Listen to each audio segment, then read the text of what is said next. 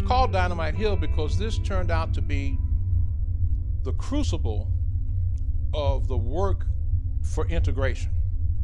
We realized that bombings were taking place, but we also realized that our families were tenacious in the fight for equal rights.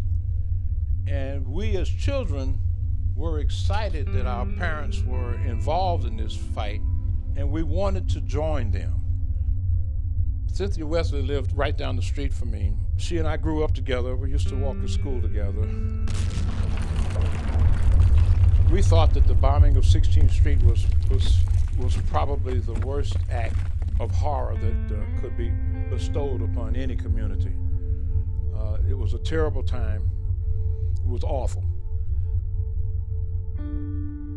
My dad and Arthur Shores, along with other blacks in this community, were busy breaking down the segregated real estate laws so that blacks could buy property on the west side of Center Street North. Many times the Klan would call my father and tell him, "We're going to bomb your house tonight." And my dad would say, "Well, why do you call me, you coward? Why don't you just come now?"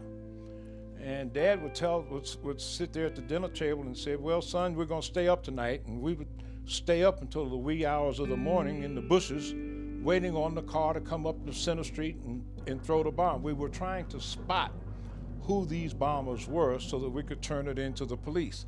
Well, turns out that the bombers and the police were one and the same.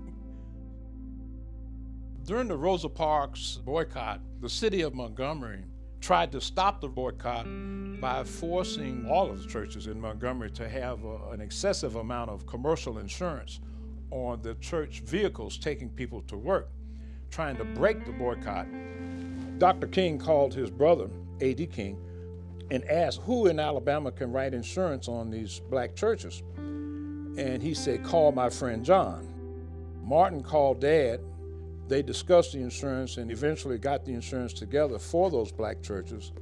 When Dad was visiting in Montgomery, Martin asked him, "Well, when I come to Birmingham, may I visit with you?" And Dad and Mom, they were already involved in voter registration at that time, said, "Certainly, come and stay with us." And that started a long friendship. This was a secret meeting place and a private meeting place for Martin that he enjoyed the privacy very, very much. There were no photographs taken of Martin while he was here, and that was intentional. Martin had the vision not to have photographs taken in these private places because he did not want to have his friends killed. He knew that if those photographs got out, it could mean that they would be killed along with him. When Martin was here at the house at the dinner table, I was about 7 years old. Mom and Dad called him Mike, and he asked me to call him Uncle Mike, and he called me nephew. I did not realize at the time that he was going to be such a national figure and a more powerful man. He was just a preacher with a funny voice to me, but I came to love him dearly and learned to follow him and follow his rationale very well. He meant a lot to me. In Birmingham, the elementary schools were integrated first, and of course the high schools were integrated after the elementary schools. And one particular school was extremely resistant, and that was Ensley High School. Dr. King asked me if I could round up a few of my friends to go out and integrate Ensley High School. And if that's what Martin wanted us to do, we did it without question. Martin said to me, "If we don't go, white folks are going to think we don't want integration."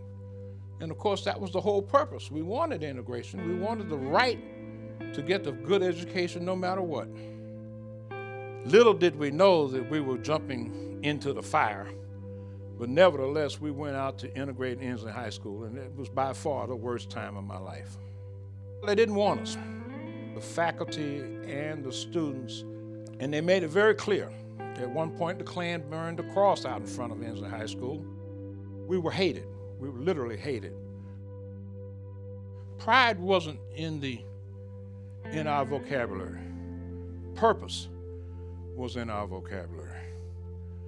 We were not proud of our activities. We just knew that someone had to do it. My parents were not bench warmers. They were in the game. And I too wanted to be in the game.